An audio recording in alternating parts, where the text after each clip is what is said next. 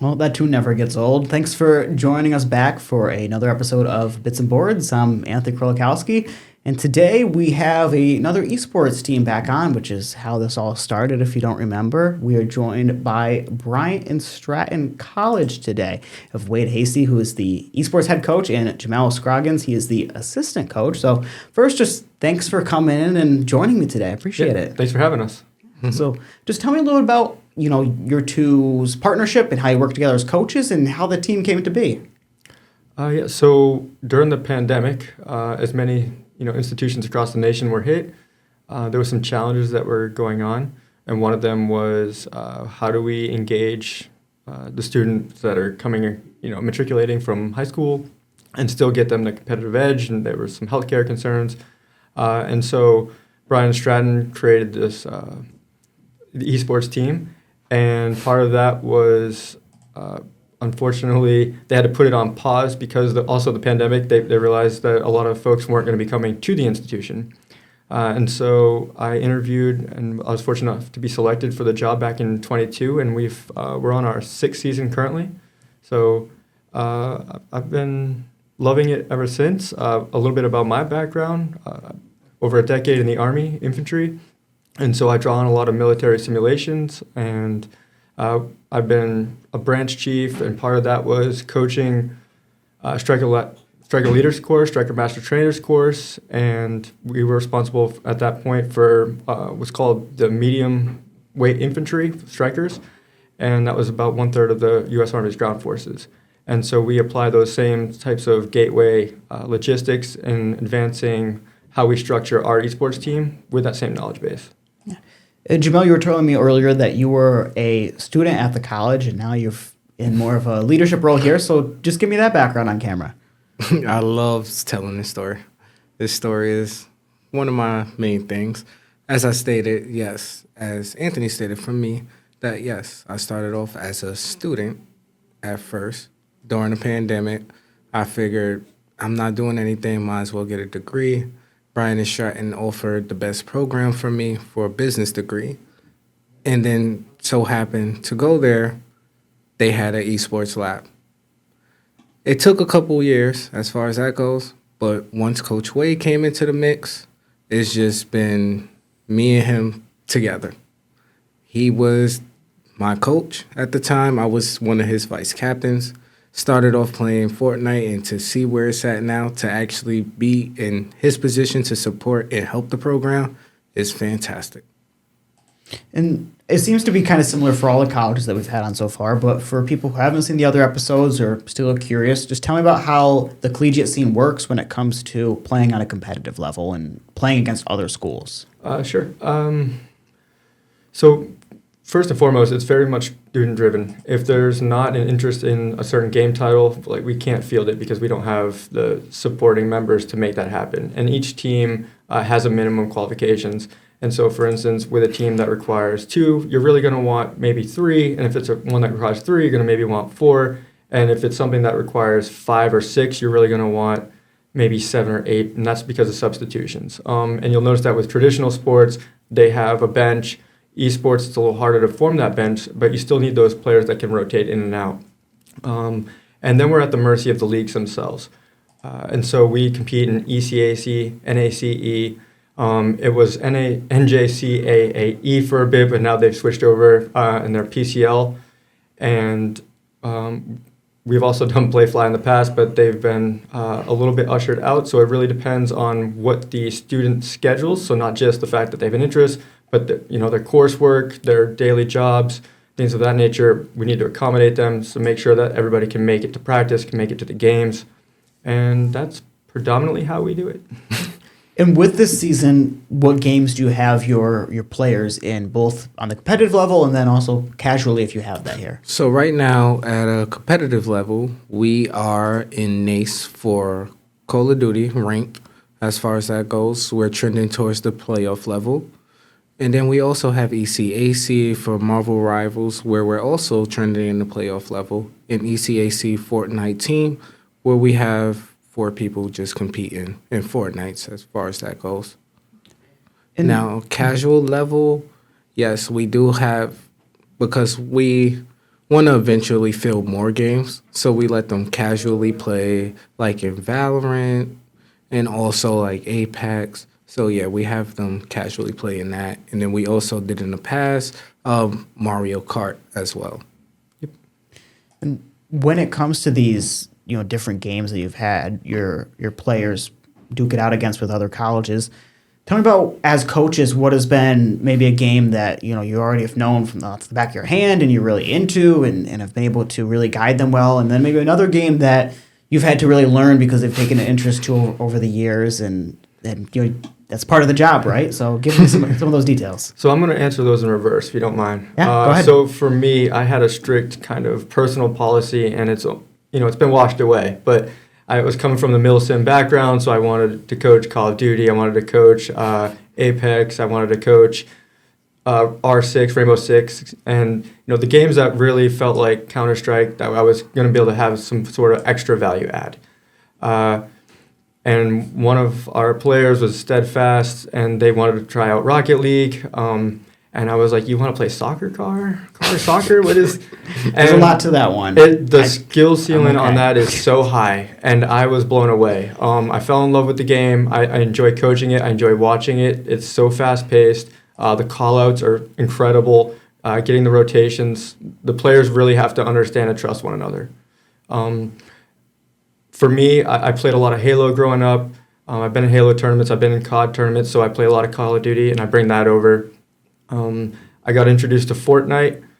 I wasn't expecting it to be as awesome as it is. With the Battle Royale scene, a lot of the tactics that I teach, like for instance, some of these are just acronyms, but so like ACOCA, observation fields of fire, cover and concealment, obstacles, key terrain, avenues of approach, like how we break down the operational environment, which is what we call the simulated video game world. It's remarkably easy to apply specifically with Fortnite. And you can draw your three-dimensional and your contour maps, and the overlays are beautiful. And Jamel, if you'd like to add on or give us any of your personal connections here, you're more than welcome to.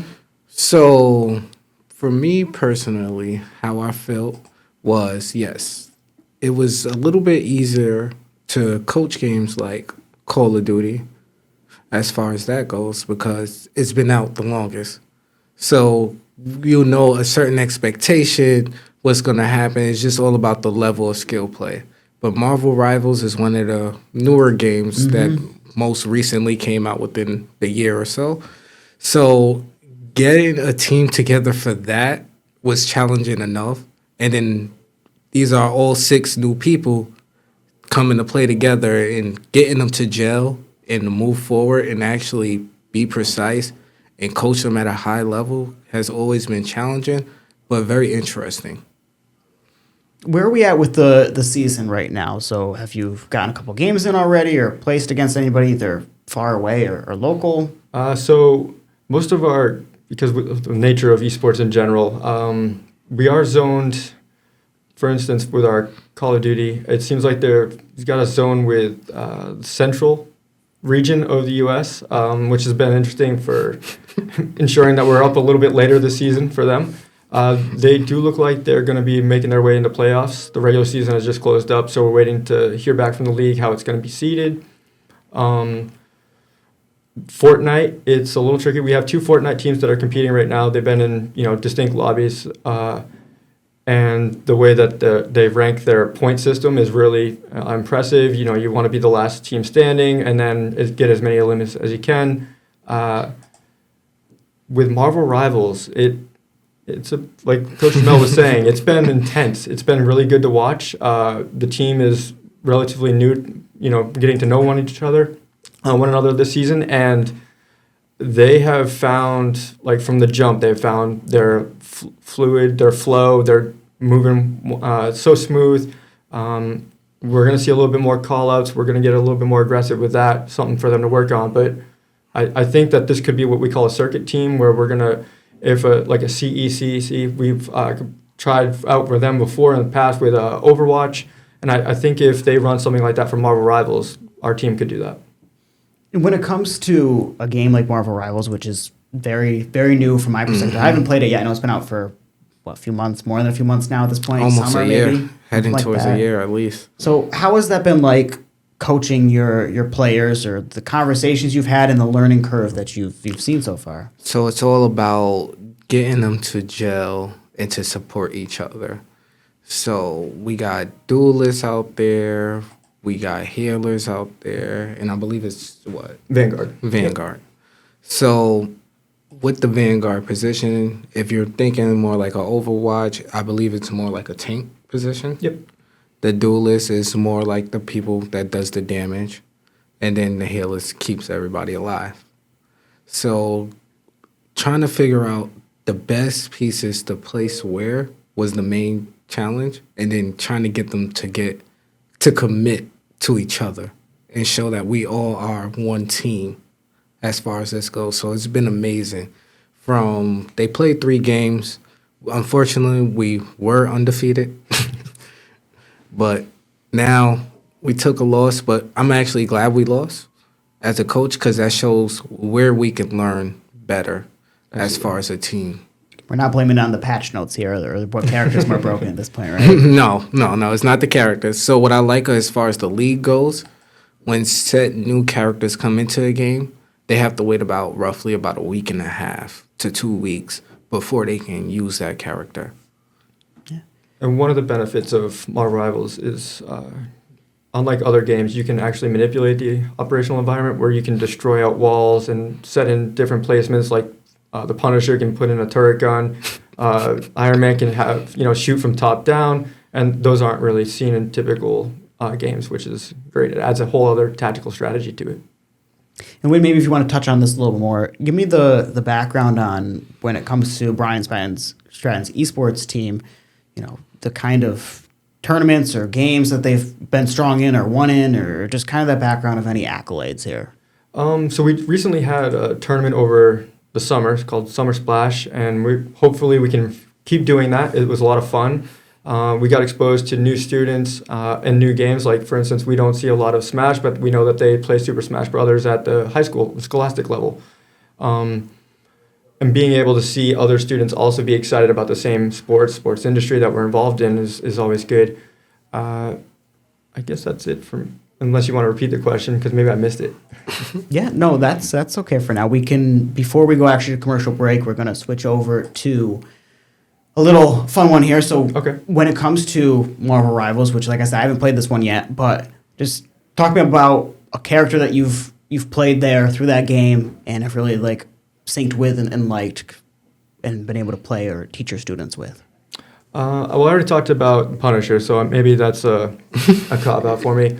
Watching Cloak and Dagger has been awesome. And then for me personally, I like to be able to just get in behind the enemy lines. I do a little bit of dive. And so for me, Psylocke has been a lot of fun. I get in there, I do my little quick jabs at the opponent, try to divert their line, get them to focus on me, and then get out of there. It doesn't always work out for me personally, but my players are better than I am, so. And then same for you. So for me, I'll let everybody in the world know right now, I do not touch Vanguard. That's not my type of expertise. For duelists, I'm a Star-Lord guy. I love using Star-Lord. I've been using it since the game came out. Yes, Punisher is easy to use and fun to use, but Star-Lord jumping around, flying, doing flips, and getting rid of players and enemies is so much fun. Now, if I'm going to go a healers, it's always going to be Invisible Woman #1, because she's invisible. But her ultimate can actually heal a whole team at one time. And it turns the whole team invisible. So if the enemy can't see you until they actually walk in the line. Then once they walk in the line, it's the whole team just shooting at that one enemy at once. I'm more familiar with League of Legends. That was my big game in high school. So it sounds like Soraka with her ult, if you're familiar, just heals everybody. And that's I don't have an answer for it. I'm actually not a big superhero fan, which might be surprising running something like this. But I don't know. I'm tempted one day to maybe try it out and maybe break the mold here. But when we come back, we'll have a little bit more. So stay tuned.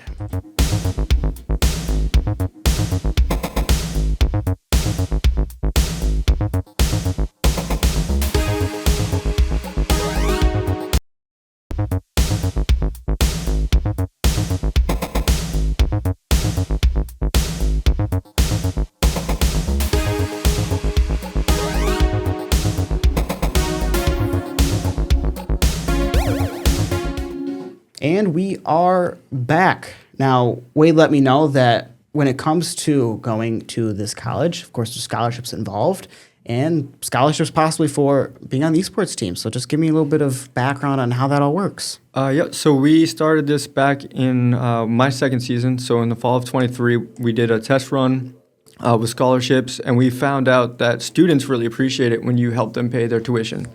And so we've kind of capitalized off that by having parity between the traditional athletes' scholarships for our sports, also with the esports athletes. So if you're interested in paying for school and you're not sure how to pay for it, and you are a competitive gamer, then we try to match that. And when you have students coming to Bryant and Stratton, how many of them are looking at your school as, a place to play esports, or maybe it's just an added bonus? What have you seen from talking to your students about coming here? From my perspective, if they're coming in for a higher education, they already know that, hey, I want some sort of upward mobility in my life, and getting a degree is going to help with that. And then they see the den, and those that have an interest in video games instantly fall in love with it. Those that are unsure, but they know somebody and they kind of dabble, they'll step into it and they'll still see how impressive it can be to, see all the different screens and all the pretty lights that are kind of going on. But then they sit down, and we've had a lot of walk-ons with the team that just wanted to join and find some camaraderie that they weren't getting from other areas of their lives. And I think that's important because, it's a place it's stressful, but it can also be a place to de-stress. And that has been a bonus to a lot of our student body. Yeah. When it comes to the season that we have here and the teams that you have in the games, tell me either with Call of Duty or any of them here, your strategy to make your team stronger and push ahead. Is there certain players that you've already found have had their niches, or maybe you have some players where they're not sure what role they want to fill yet? How has that been working with rounding out and solidifying your teams? Great question. So I tell everyone that's trying out before they sign our intent to compete agreement that the esports team is a leadership program first. Everyone's going to get rotated into some sort of leadership position, whether it's going to be the game captain or one of the two alternate vice captains. Everyone is going to do something because it's really important that we develop these leadership skills. And I believe that it's going to help them, in the trajectory of their lives after they leave our program. And the reason I say that is because each one has a designed role, and it's too much for one person to take on. And a game captain can be super stressed, and they need somebody that they can rely on, like a vice captain or the alternate vice captain. And so we have them, they're looking at their opponents, they're doing their opponent analysis. We walk them through how to look for that, how to find out the little nifty tips and tricks kind of thing. And then we have a vice captain that's literally drawing in their overlays. And then each one's going to be responsible for the pre-brief. The other vice captain's going to be looking at the post-game analysis and, really dig deep for those after-action review, lesson learned types of things that they can quantify. So what we do is with individual practices, we make every recommendation an action item. It's not enough to say, hey, we need to work on our communication. What specifically are you going to work on for your communication, and how are you going to practice it? And then we have 3 different types of practice. We have team practice where Coach Jamel and we go over how to work this framework. I apply a lot of game theory based on my undergrad of mathematics and then my graduate degree in data science. So I look at a lot of distributions because a lot of times we look for what our gut is telling us, but our gut is not necessarily what the stats are telling us. And a lot of teams, they'll run, a meta version of whatever they think the team composition should be, and we look for ways around that. We look for little maps, openings. We'll do running drills, just like if you were going to be in a basketball team, you'd have to run the lanes. Well, you have to run the maps, and we're going to sit there with a little stopwatch and a timer and see how fast you can run the map, how fast can you get there, because if you're planning that bomb, you need to know exactly how long you have before it's just not going to work out. And going further into that, with these games on the competitive level, it is formulas and math. When I think about when I've played games and tried to get into them now, I've never done anything on the competitive level per se, but playing Pokemon is just rock, paper, scissors with a lot of multiplication, and then the whole breeding mechanic is intense. If you have never looked at it before, and once you dig in, it's like, oh, it's kind of easy, but you gotta know this goes with this, and this number does that, and go a little further here into how you've been able to it's not just a game per se, but there's a science behind it. There is a math behind it, and making your players see beyond that. I've also used the example with like Super Smash Bros, where people who are teaching that game, you have these hitboxes, you have these frame rates, or the frame that the move goes through, and your latency here, and there's just those terms like that all play into the equation of winning is more than just positioning yourself and firing away with whatever you got. That's true, yes. So for us, we do a lot of what we call like neuroplastic drills, where we'll issue them a blank notebook of grid paper, and this will be their playbook, and they have to like hand write out all these different homework assignments that we're assigning them to really get their brains to work in tandem with their muscle movements. And nobody likes to do homework, but what it does do is it forces the mind to accept new knowledge and to look at a different way of thinking, because if you're a good gamer, you're going to come in with a lot of your own inherent traits and things that you lean on, and sometimes those are great, especially when you need to clutch a win, but also they can hinder us because they don't give us the chance to try something that we weren't thinking about before. Looking ahead to the season that you have, just explain to me that roadmap of what games will have what matches, and where we can watch some of your stuff or hear some updates about what you're doing. So we do have a Twitch. Yes, we do. I do manage that as well. It's just been, as far as the season goes, it's more about the leagues that we in, because we have to get whitelisted. As far as that goes, meaning, yes, this area that you can stream in is one, good enough for you to stream. Another one is so this way that your team doesn't hear you, as far as that goes, because they don't want no cheating happening. So, yeah, it's more about that. But as far as that goes, yes, we do stream on Twitch. As far as that, we're also trying to get clips and put out of our games on at least our Instagram page and Facebook page, as far as that goes. So this way it can also lead back to the Twitch. When I think of parents and going up to my parents, just say if I wanted to go to school for this or do something like this, and be like, I want to play video games on a competitive level, a parent is probably just going to be like, how is that a thing? But as you're in the space already, and I've seen tournaments with how big League of Legends is in their space, and Pokemon has this whole bracket and big in-person events. Just what would you say to somebody who's like, or a parent in this situation where they're just like, I just don't see why this is a thing, or why my student wants to do this, and to just dispel the, not concern here, but just the why factor. Right. You want to go? Go ahead. Sure. So, as a parent myself, and growing up where a parent told me that, hey, you got to stop playing them video games because it's never going to amount to anything, which now it's becoming a staple point in the world as far as that goes. It's just more about, we have to be more open-minded as far as that goes. Do your research a little bit. Go out there. Find out why your child loves this game. Find out where they can compete at.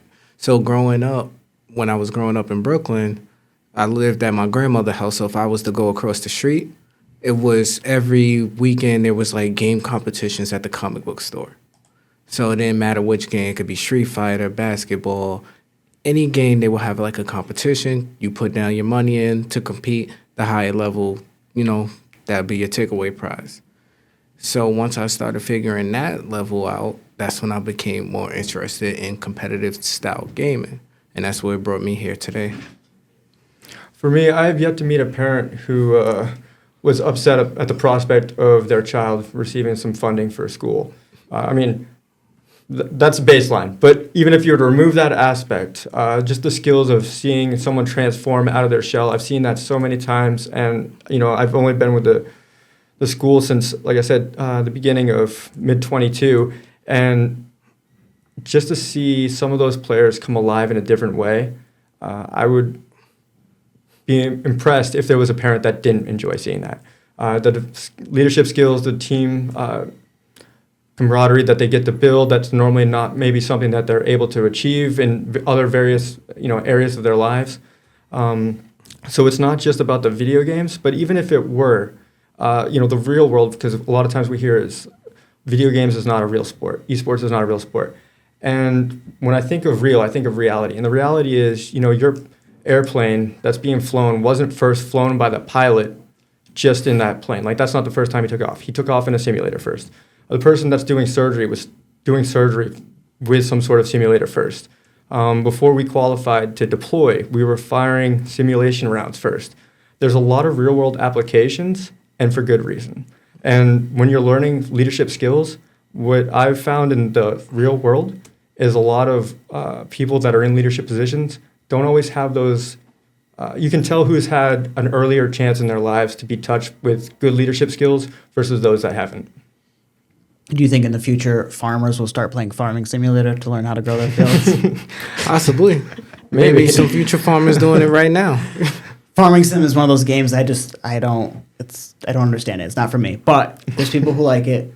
Don't know if they're in this room with us right now, but it is certainly a thing. The future of your college program, anything you want to touch on where we're looking ahead to this year or the year to come, or just any hopes or aspirations? So far, Bryant Stratton has not put an upper limit on how many players I can have, and they've committed to, if I can field that many players, they will match me for that many stations so that they can compete. So we have this mantra of knocking down the wall, and we'll open up another room. We started out with 25% of the square footage that we have today. We've more than doubled our PC capacity, so they've honored their word more than over. We're looking at adding this podcasting room so that we can get whitelisted approved, so that we're not just streaming from one personal computer, but we can stream from everything all at once, where the podcasting station, for instance, will be much more exciting, I think, visually for any audience members. Yeah.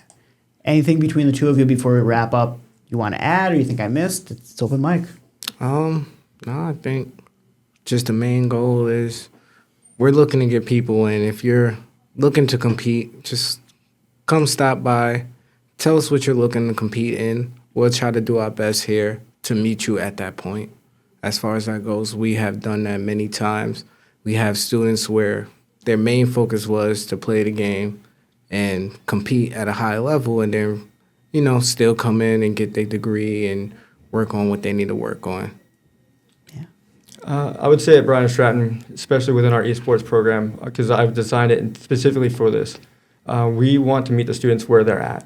And so a lot of our students are non-traditional students where they're not necessarily just coming straight out of high school. And because of that, I take into your work week into account when we build a schedule. I take into account your sleep schedule, because cognitive function is super important. I understand that you may have, partner and bills and kids and all these different things that are happening, and you're looking for a chance at upward mobility. And if you give us a chance, we invest that back to you. Yeah. Well, thanks for joining me in here. And I'd like to have both of you back, and maybe if you want to bring a player or two, we'll talk about strategies and growth and how your tournament's been going and all these different matches. So things to consider, and like I said, love to have you back. Cool. Thank you so much for having us. Yeah. Well, in the meantime, we'll have some more episodes coming up in the coming weeks, so stay tuned.